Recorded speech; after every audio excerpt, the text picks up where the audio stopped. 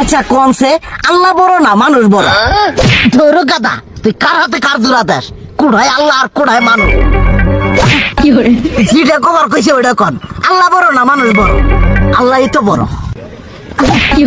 আল্লাহ বড়, তাহলে আল্লাহর কথা না হইনা মানুষের কথা শুনেন কে? কি কইতাছস? কি আর আল্লাহর কথা মানে না মানুষের কথা মানে? হ্যাঁ, কি আর মানুষের কথা শুনেন তাই না? আমনে যে ওই দিনকে ডায়াবেটিসের রোগ নিয়ে যে হাসপাতালে গেলেন, ডাক্তার আপনার কত কিছু খাবার না করলো, সব কিছু না খাই এখন চলতেছেন।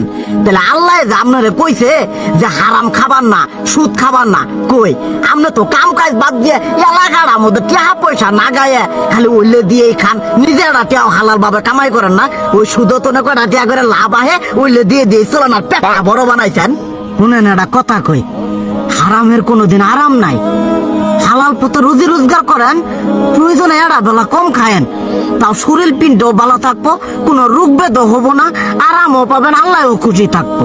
তুই আমার এইভাবে বুঝাবি আগে কইলি না কে? আসলে এই বিষয়টা তো আমি কখনো মাথায় এইভাবে নিইনি যে আমাদের কখনো ডাক্তার নিষেধ করলে ঠিকই আমরা নিষেধ মানি, কিন্তু উপর আল্লাহ যে কত কিছু নিষেধ করে দিয়ে সেটা মানি না।